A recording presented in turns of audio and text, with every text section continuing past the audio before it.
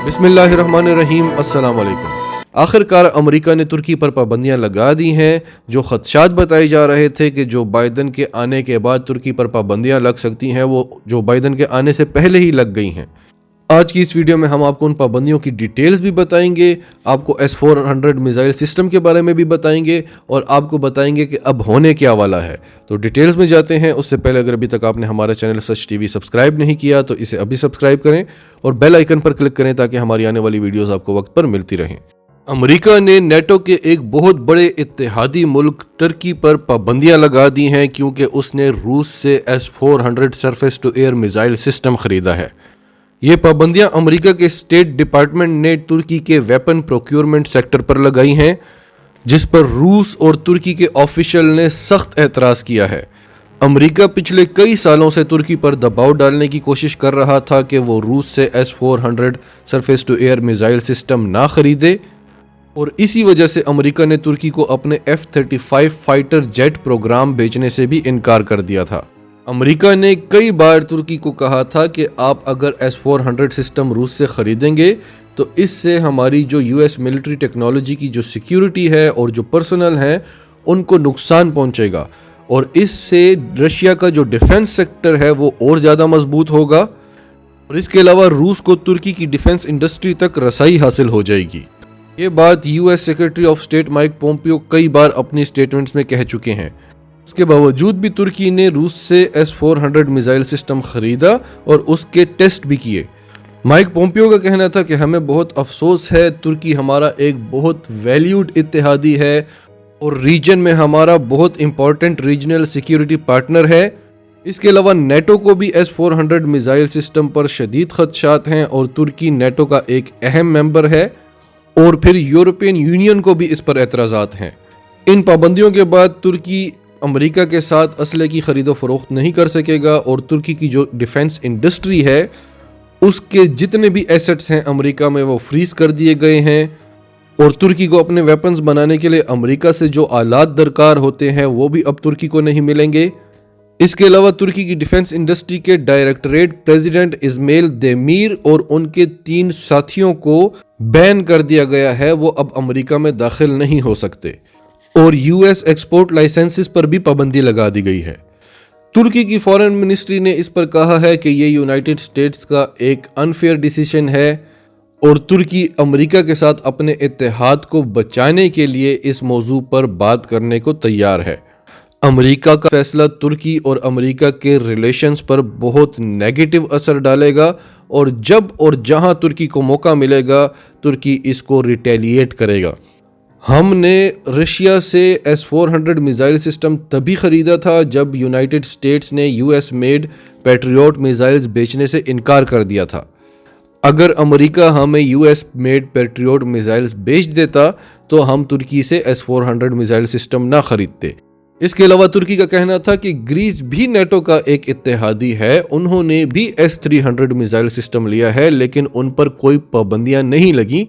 इसके अलावा रूस ने भी इस पर शदीद एतराज़ किया है और रूस के वज़ीर ख़ारजा सरगई लारोव ने कहा है कि अमेरिका ने एक बार फिर बैनुल-अक़वामी क़वानीन की धज्जियां उड़ाई हैं, अपना यकतरफा फैसला सुनाया है और ये अमेरिका का मुतकब्बराना रवैया है जिसका एक बार फिर उसने मुज़ाहिरा किया है और हम उसकी मज़म्मत करते हैं।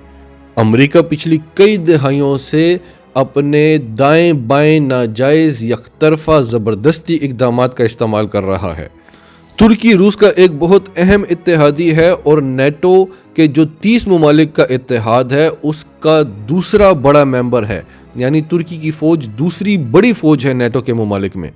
इसके अलावा तुर्की की जो जोग्राफियाई हैसियत है वो भी अमेरिका के लिए बहुत ज़रूरी है।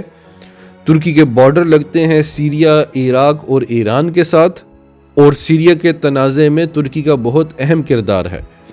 लेकिन जब से तैयब अर्दगान ने इक़्तिदार संभाला है, नेटो के जितने भी मेंबर्स हैं और यूरोपियन यूनियन के जितने भी मेंबर्स हैं वो तुर्की के मुखालिफ हैं और उनका कहना है कि तैयब अर्दगान का रवैया आमिराना रवैया है। S-400 की ये खसूसियत है कि ये तवील फासले तक निगरानी करता है। इसका रेडार सिस्टम जो है वो बहुत ही ज़बरदस्त है। वो ऑब्जेक्ट की इंफॉर्मेशन फौरी तौर पर कमांड व्हीकल को भेजता है जो टारगेट की निशानदही करती है। टारगेट की निशानदही करते ही कमांड व्हीकल آرڈر کرتی ہے میزائل کو لانچ ہونے کا، اور یہ اسی وہیکل کو آرڈر کرتی ہے جو ٹارگٹ کے قریب ترین ہوتی ہے، اور پھر وہ vehicle surface to air missile launch کر دیتی ہے، اور اس کا انگیجمنٹ ریڈار میزائل کی ہیلپ کرتا ہے کہ وہ آبجیکٹ کو ٹھیک طرح سے ٹارگٹ کرے۔ اب یہی S-400 میزائل سسٹم بھارت بھی روس سے خرید رہا ہے، اور اب ہم دیکھیں گے کہ کیا بھارت پر بھی پابندیاں لگائی جاتی ہیں، کیونکہ بھارت تو منتیں سماجتیں کر رہا تھا روس کے، انہوں نے کتنے چکر لگائے کہ کسی طریقے سے جلد از جلد ہمیں S-400 میزائل سسٹم دے دو، کیونکہ ہمیں چین اور پاکستان سے شدید خطرات ہیں۔ امریکہ بھارت کی بھی مخالفت کرتا رہا، لیکن کیا وہ بھارت پر پابندیاں لگائے گا؟ یہ اب آنے والا وقت بتائے گا۔ ترکی کی یہی بات روس کو پسند ہے کہ وہ اپنی بات سے پیچھے نہیں ہٹتا اور امریکہ اور یورپ کو ٹف ٹائم دیتا ہے۔ آپ نے دیکھا کہ ارمینیا آذربائیجان جنگ میں ترکی نے کھل کر آذربائیجان کا ساتھ دیا، اور کیونکہ ترکی آذربائیجان کا ساتھ دے رہا تھا اس لیے روس نے ارمینیا کا کھل کر ساتھ بھی نہیں دیا، یہاں تک کہ ترکی نے روس کا طیارہ بھی مار گرایا، تب بھی روس خاموش رہا۔ پھر کریمیا والے معاملے میں بھی ترکی نے روس کا ساتھ نہیں دیا بلکہ یوکرائن کا ساتھ دیا، اس پر بھی روس خاموش رہا، کیونکہ روس اور چین کو ایسے ممالک کی ضرورت ہے جو امریکہ کے سامنے سینہ تان کر کھڑے ہو سکیں۔ اور اب وہ وقت آ گیا ہے کہ روس، چین، پاکستان، ایران اور ترکی کا بلاک بنا دیا جائے، اور انشاءاللہ یہ بلاک بہت جلدی بننے والا ہے، کیونکہ نیٹو کا جو اتحاد ہے وہ صرف اور صرف امریکی اتحاد کے لیے کام کر رہا ہے، اس میں جتنے بھی ممالک ہیں وہ امریکہ کی سیکیورٹی کے لیے کام کر رہے ہیں۔ اب پاکستانی فوج کی جو نیٹو کے لیے خدمات ہیں وہ کسی سے ڈھکی چھپی نہیں ہے، لیکن جو پاکستان کے اپنے مسائل ہیں وہ حل کرنے کے لیے پاکستان کو نیٹو کے اتحاد کا کوئی فائدہ نہیں ہے، بلکہ پاکستان نے خود سے حل کرنے کی کوشش بھی کی تو اقوام متحدہ کی طرف سے پابندیاں لگائی جا سکتی ہیں۔ تو ایک ایسا بلاک ہونا بہت ضروری ہے، جیسے اب امریکہ نے جاپان، آسٹریلیا اور بھارت کے ساتھ مل کے ایک کواد بنایا تھا جو بری طرح سے ناکام ہو گیا ہے، لیکن پاکستان، روس، چین، ایران اور ترکی کے ساتھ مل کر جو بلاک بنائے گا وہ انشاءاللہ دنیا کا مضبوط ترین بلاک ہوگا۔ اس کے علاوہ ایک اور بلاک جو مسلم ممالک کا بلاک ہوگا، اس کو بھی چین سپانسر کرنے کے لیے تیار ہے، کیونکہ مسلمانوں کا جو بلاک سعودی عرب کنٹرول کر رہا ہے وہ صرف اور صرف امریکہ اور اسرائیل کے مفادات کے لیے کام کر رہا ہے، نہ کہ مسلمانوں کے۔